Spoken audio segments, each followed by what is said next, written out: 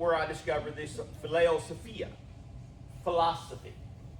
It's the love of wisdom. Sophia was wisdom. Phileo was love. You have an affection for wisdom. In other words, you're drawn to it. There was eustergo, which meant the family love. Then there was the agapeo love, or in other words, agape love.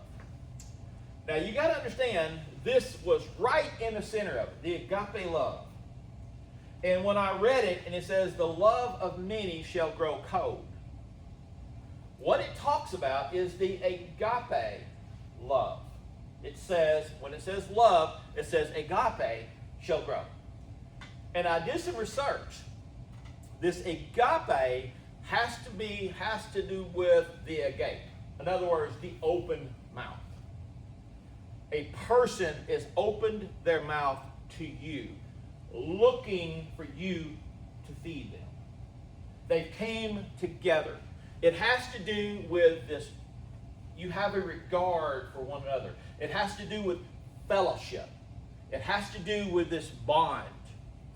And it was really from the real root word that prior to the 4th century, it described the Lord's Supper.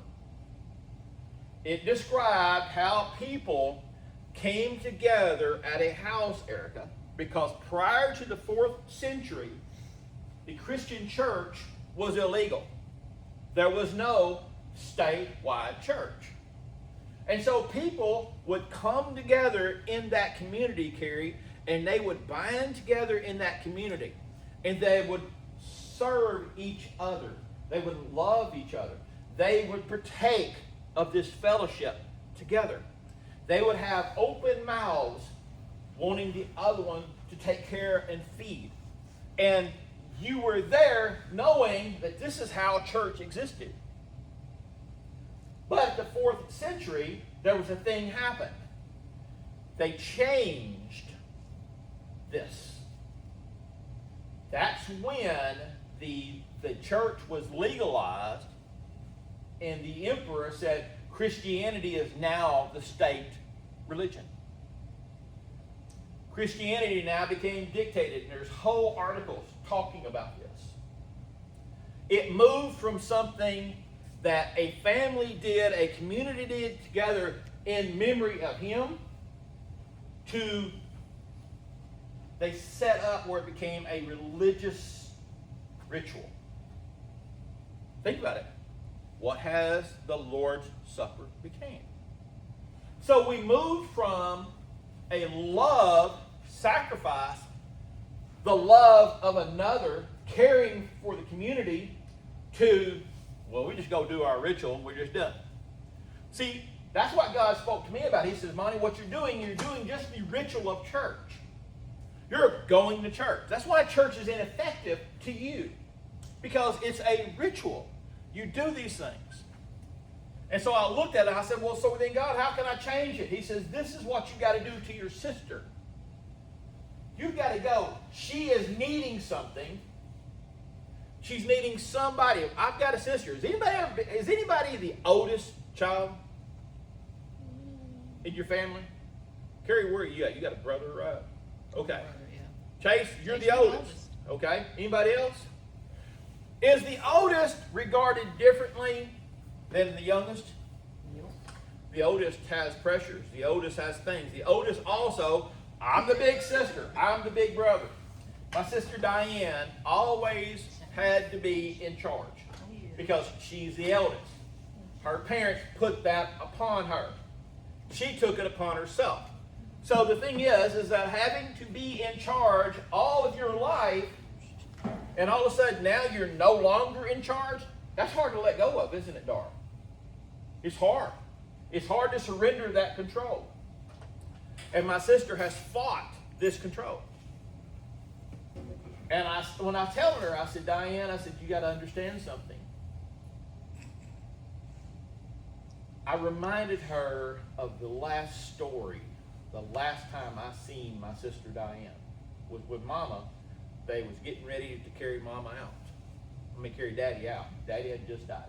We had the funeral.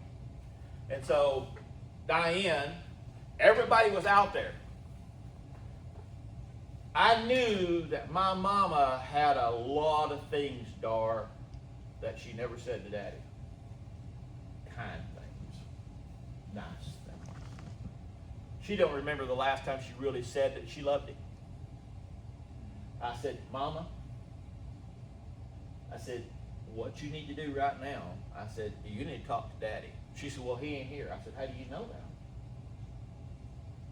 I said, but it doesn't matter whether he hears or not. What matters is that you hear.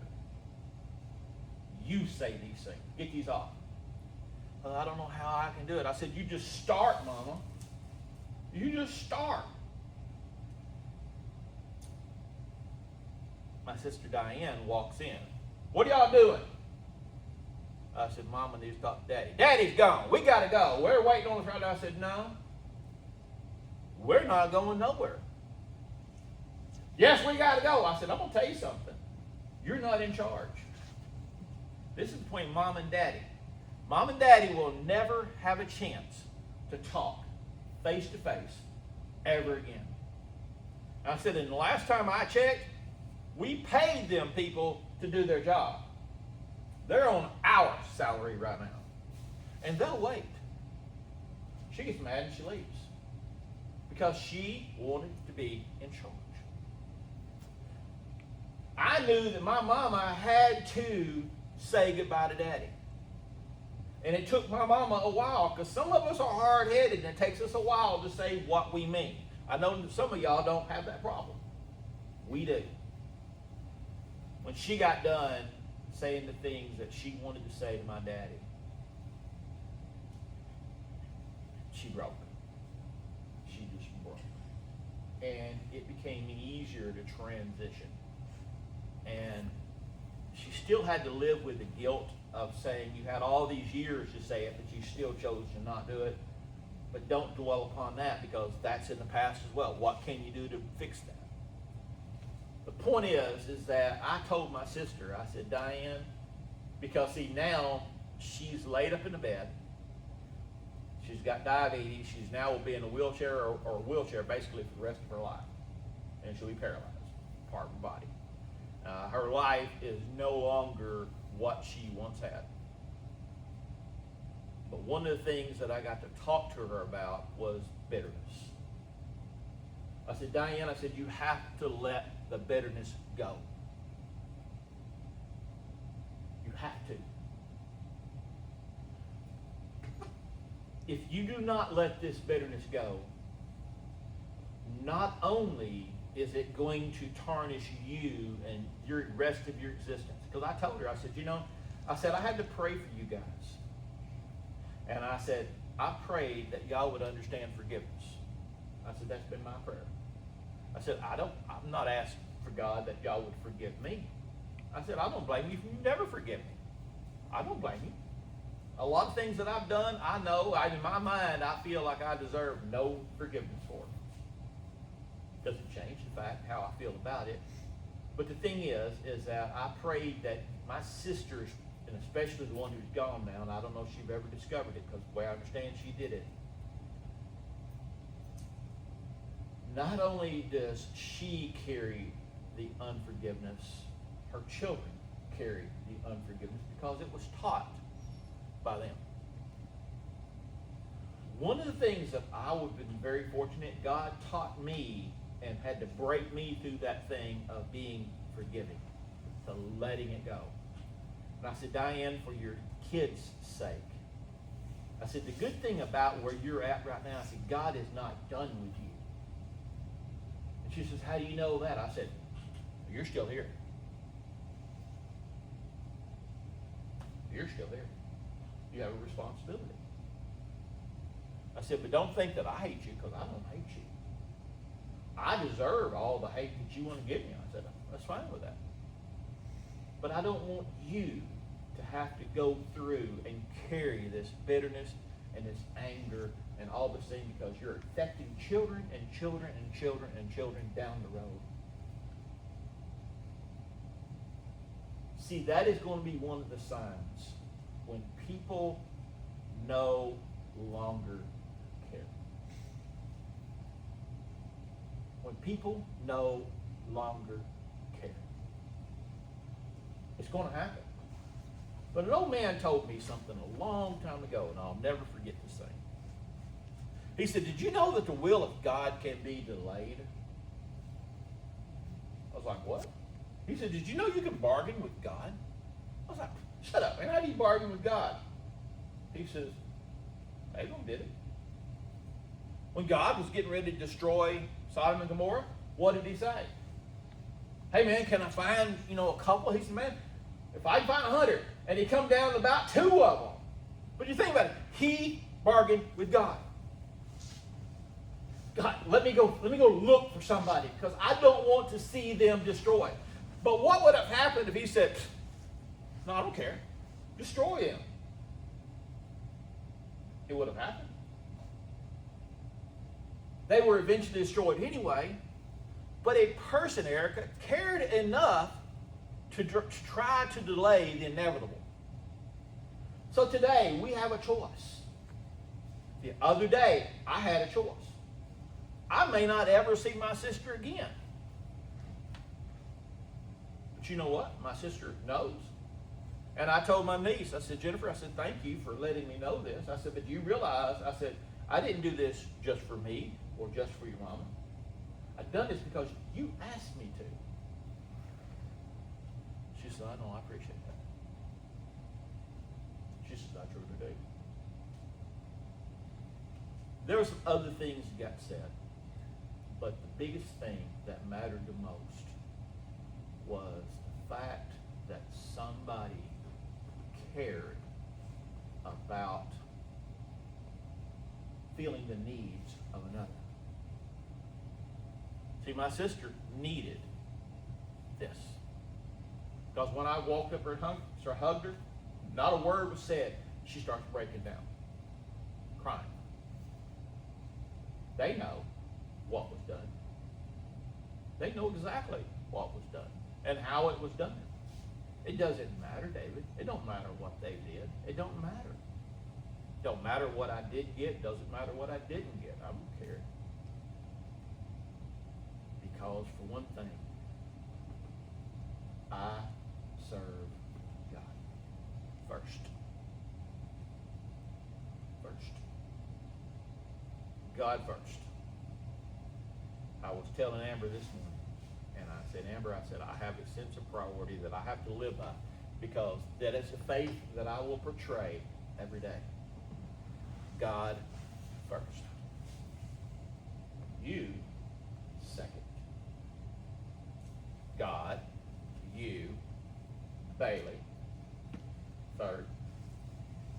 God, you, Bailey, my grandkids, fourth. God, you, Bailey. Now I've included David. And then I start including everyone else down the road. When I chose to set up that priority in my life, it doesn't matter ultimately. Does it bother me when people do their choices? Yes, it does. And I don't ever want to be that person when I see you making bad choices and it don't bother me. The day that doesn't bother me, the day that I can just watch you guys and me say, whatever. Whatever. Just whatever you want to do. Whatever. Because then I become just like the world. If you want to delay the inevitable, if you want to delay it, I told David this, and this is what I'm going to close on. Did you know that there are 2 times when you get attacked? Why is it important to know that there are 2 times that you get attacked? Ain't no more times than that. Huh? Know what to watch for. Was that? Know what to watch out for. Exactly. You can start doing the clues. Because if I know why something breaks, Dar, we had a guy come out one time, and we had a brand new dryer that didn't work. Nice dryer, big dryer, didn't work. Couldn't make it heat up. And so he came out several times and looking at it. He's doing all these tests and all that. He is a new guy doing it. And then when he looked up, he's like, "Oh, I can't." He said, "What's your choices?" I said, "What's my choices?" He said, "Well, I can get you a new dryer, or I can have them go ahead right now and cut you a check, and we'll just cut you a check for it, and then you can go buy the dryer you want. What do you want?" I said, "Well, they cut me the check for it." So they cut me a check for it. A friend of mine was an electrician. He said, "Monty," he said, "have you really checked your breakers?" What do you mean? He said, "You know, a breaker can be blown and you can't really tell it." And sure enough, one of the breakers had an internal fault in it. Placed the breaker, guess what it had? Dryer. The guy never checked the breaker, never checked the connection. There's two times that you come under attack. You come under attack when you're doing good. You're going to church. You're serving God. You come under attack right then. Because why? Satan does not want to see you doing good, Carrie. So he's going to do everything he can to screw you up. That's his job. That's what he does. Last Sunday morning. Huh? Last Sunday morning, 6 o'clock, woke up, no water. Yeah. But do you realize this? Whenever that happens, understand something. God has allowed that to happen. You realize that? God wants to go, what are you going to do? What's important? Every morning I'll sit here and I'm getting my mind ready for church, and something will come up and I'll have this tangent that my mind will want to run off on. I know y'all don't have tangents. I'll be sitting here this morning thinking about it. I was getting everything ready for today while I was sitting here waiting on you guys to show up. Something pops up, my mind goes off in this area. I'm like, "Oh, crap. Then instantly, when I got distracted, my mind went to best seafood buffet in Arkansas where crab legs are at.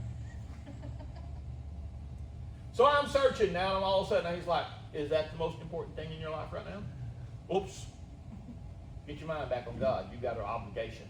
See, I have an obligation to be here every Sunday. Because what if I'm not?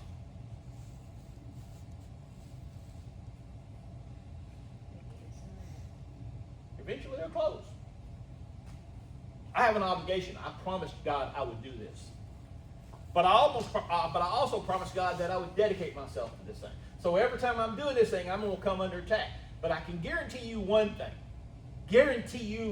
thing. When you are coming under attack, you're being tested. You're being tempted. God has allowed this to teach you to set priorities. Every Monday morning you've been taught, if you've worked, you know, "Man, I don't feel like nothing today." Okay, I'm going to work anyway. I don't feel good. Amber and I have just created no work Mondays. When we get home on Monday evening, after we get our work done, now we say it's no work Monday. But we have to get all our chores done first, and then we sit down and we don't do nothing else.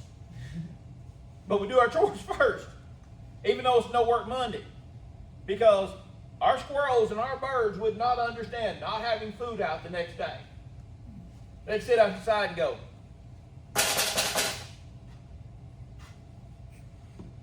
Because they expect it. We have obligations we have to do. And when Satan attacks you, understand it will never profit.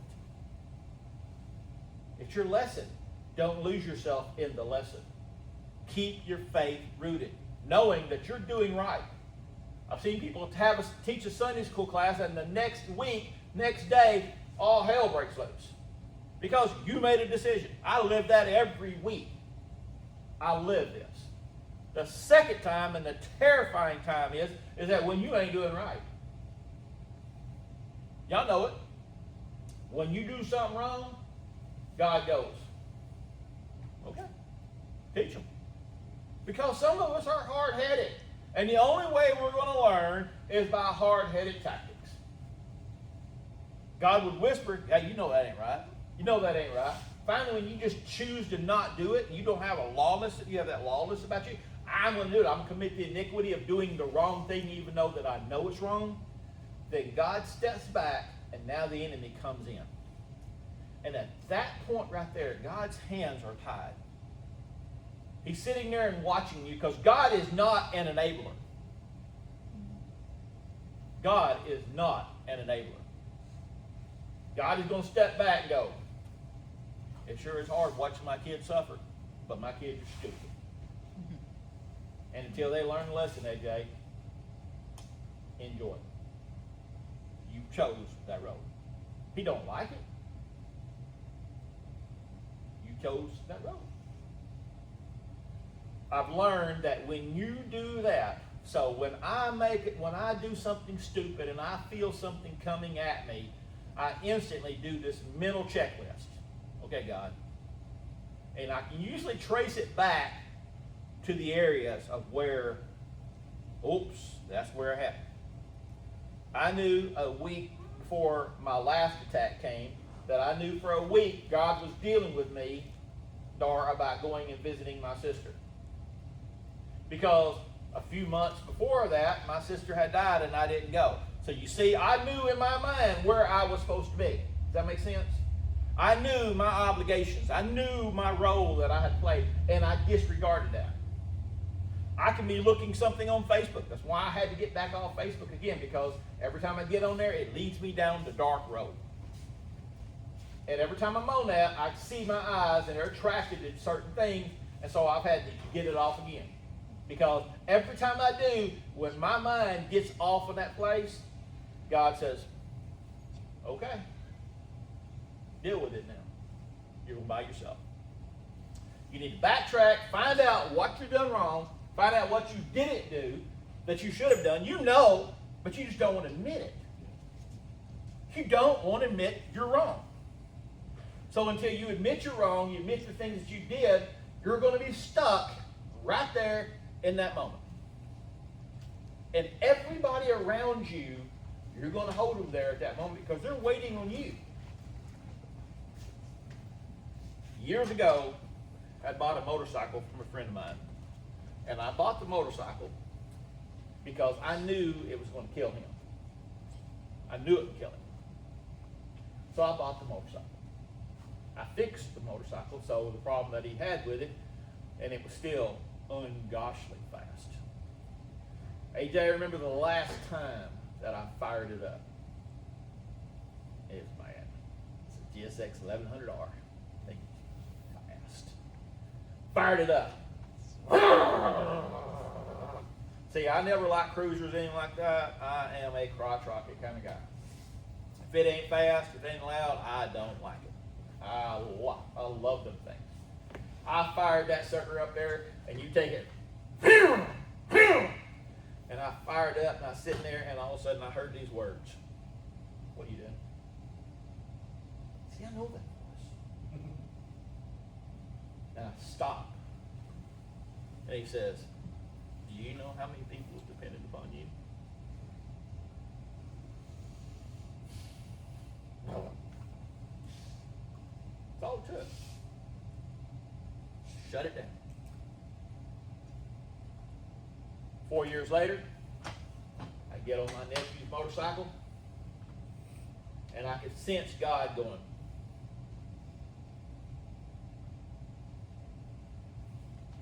just take it easy, God. Come around the corner, straighten up by your daddy's house, come around that corner, and I lifted it up. And I was like, you're stupid. You ain't learned a thing.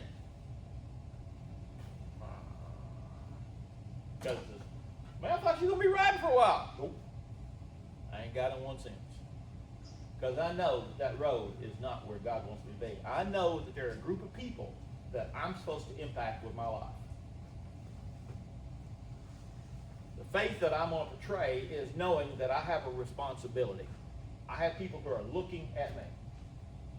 Sometimes that responsibility calls at an odd time.